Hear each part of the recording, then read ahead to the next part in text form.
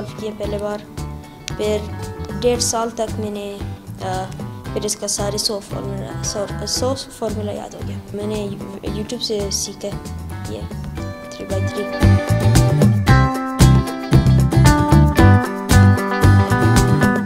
मैं 3x3 solve कर सकता हूँ और मेरा बेस्ट 7.63 है और वर्ल्ड वाइड का 3.47 है।